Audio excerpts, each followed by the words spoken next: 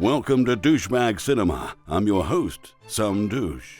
The genre of video game film adaptations has given cinema some of its most cherished gems of the past 25 years, from Double Dragon's mesmerizing choreography to Dennis Hopper's chameleonic performance as a dragon thing in the Super Mario Bros. Movie. But few films have been as successful in bridging the gap between the mediums of video games and film as Jean Claude Van Damme's masterpiece, Street Fighter the Movie.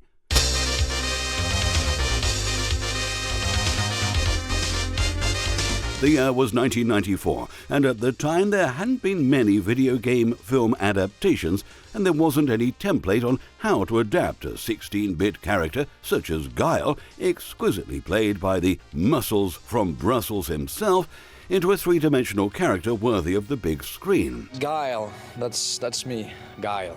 In his book The Art of Character, David Corbett suggests a useful exercise is to open an art book, say of Caravaggio, and imagine the characters you see visiting you in your room. Better yet, imagine them fighting with you, asking for money, raiding your fridge. If you want to use them for inspiration, break the stilted reverence of art. It is with this in mind that the director gave Guile a personality trait not previously seen in the original video games, a trait that would shape his character and establish the tone of the Street Fighter film. He made him a blundering idiot. I know you like to look at yourself on television, you sick son of a bitch. So look at this. Take this opening scene of the film as an example. In it, our antagonist, General M. Bison, is establishing the main conflict of the film by demanding that the Allied nations pay ransom for 63 workers he kidnapped. This is when Colonel William Guile chimes in by aggressively antagonizing the terrorist on live TV, followed by confessing to said terrorist that one of the people he has kidnapped happens to be his BFF. Charlie, hang on, buddy. We're coming! We're coming! Hang on! Observe the look on Bison's face as he realizes just how stupid his adversary truly is. So you are Guile's friend. Take him to the laboratory. Another way to add layers to video game characters is by studying everything the audience loves about them, their look, their fighting style, and their backstory, and completely ignoring it. Take fan favorites Ryu and Ken, for example.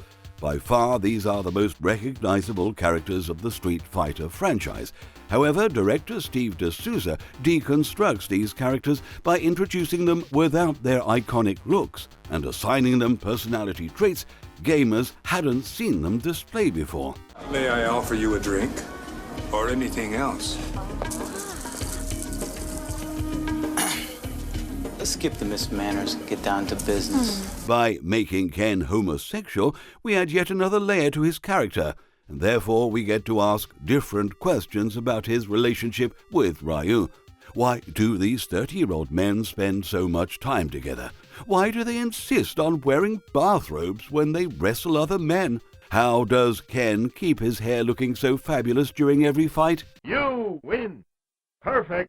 Wardrobe is another subtle way to tell an audience information about a character. Take this scene, where we are introduced to Dr. Dhalsim as an example. Since his restraints don't limit his movements in any significant way whatsoever, we can infer that they were not imposed to Dhalsim by Bison, but rather were the doctor's own idea, a fashion statement, if you will. In Konstantin Stanislavski's An Actor's Handbook, it is explained that an actor must know how to put on and wear a costume. He must understand the use of a fan, sword, hat, etc., and he can only do all this when he feels himself in his part, and his part in himself. Which brings us to the film's next fashion-crazed character.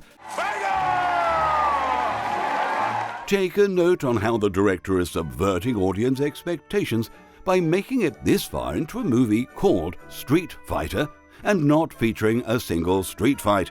This subversion of expectations is about to change as the director literally counts down the seconds left to give fans of the game their first taste of a live-action fight between their favorite characters.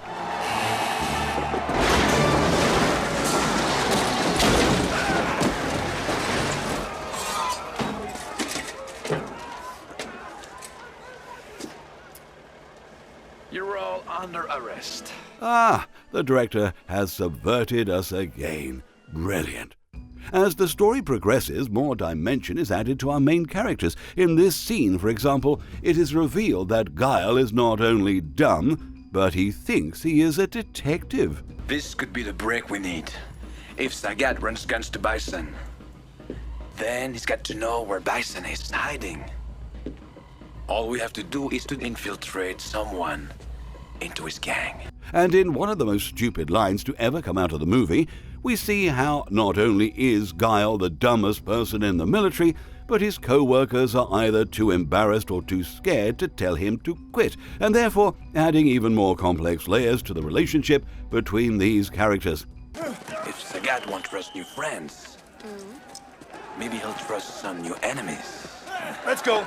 We are now 22 minutes into the film, and we're finally treated to the first fight between fan favorites Ken and Guile. However, all their signature martial art moves have been replaced by 9mm Berettas. You see, by stripping these characters of the traits we normally associate with them, we are able to deconstruct who they are underneath. What are our heroes made of?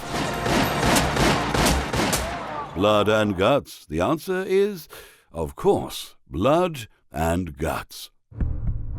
However, heroes are only as good as their villains, and up until this moment, we haven't really known what General M. Bison's motivation is. Going back to Stanislavski, it was him who asserted that the fundamental truth to characterization is that characters want something, and the deeper the want, the more compelling the drama. By giving the character a deep-seated need or want, you automatically put him at odds with something or someone, for the world is not designed to gratify our desires. All I want to do is to create the perfect genetic soldier. Not for power, not for evil, but for good. By establishing his desire to create an army of red-haired frog people, we get to understand the world through Bison's eyes. For the audience, he is no longer just a tyrannical warlord with a keen sense of fashion. He is also a crazy person. Thus, the stage is set for an eventual confrontation between crazy and stupid.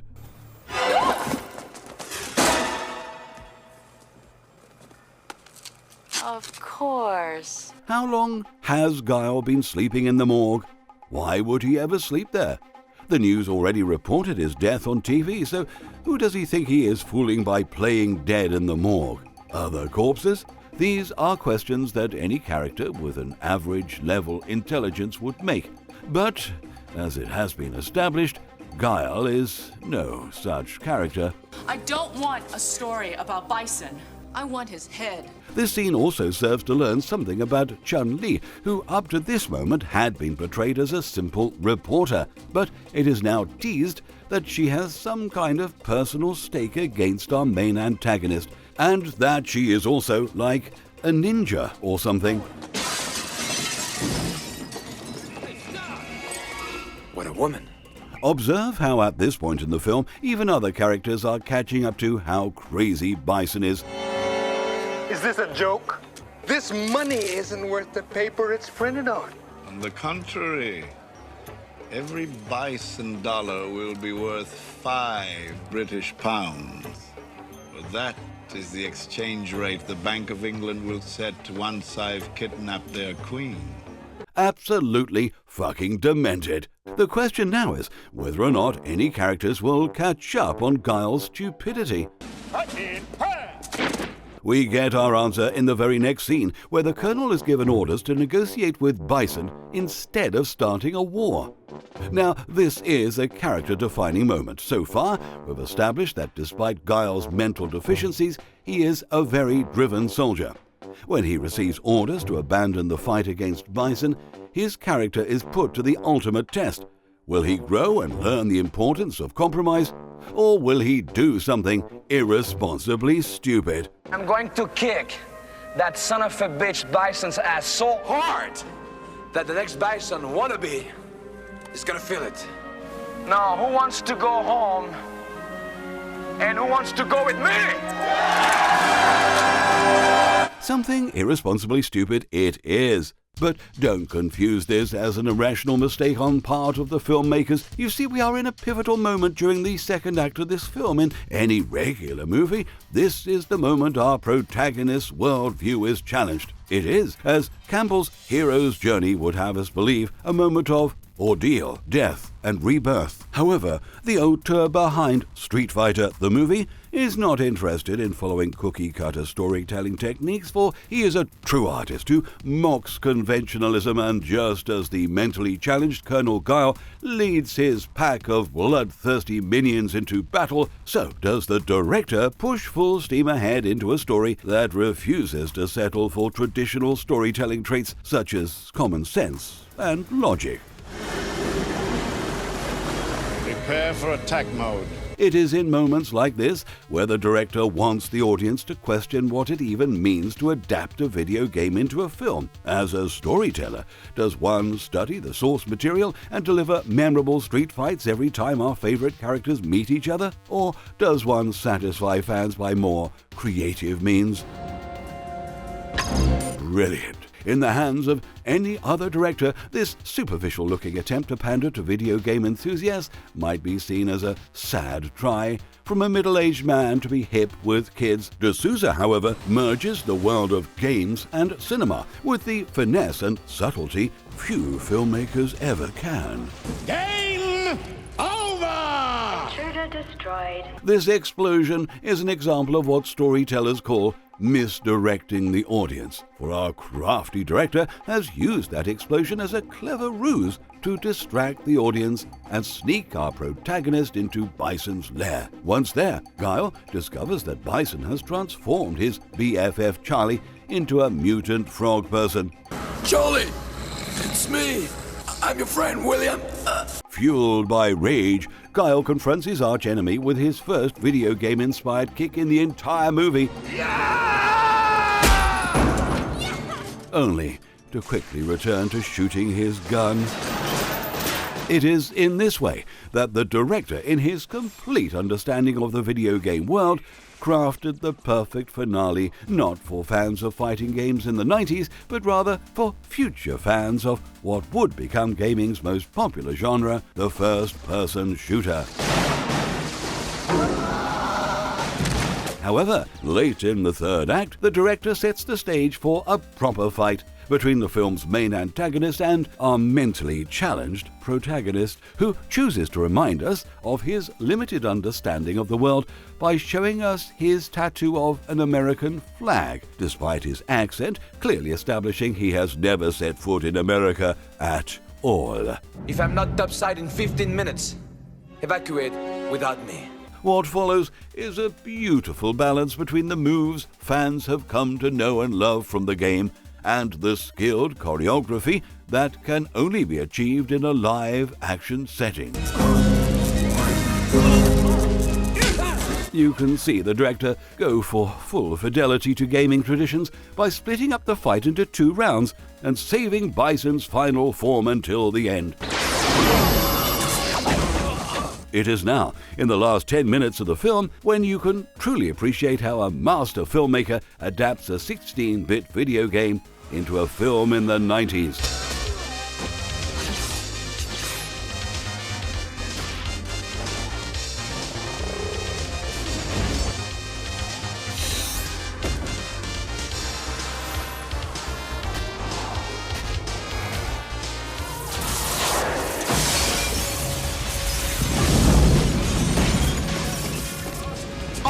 You're off the air.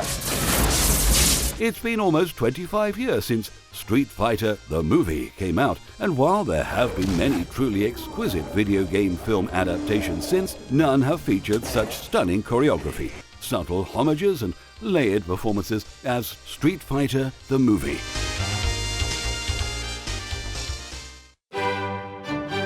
That's it for this episode of Douchebag Cinema.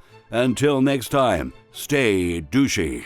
For more episodes of Douchebag Cinema, follow us on social media and don't forget to subscribe or whatever.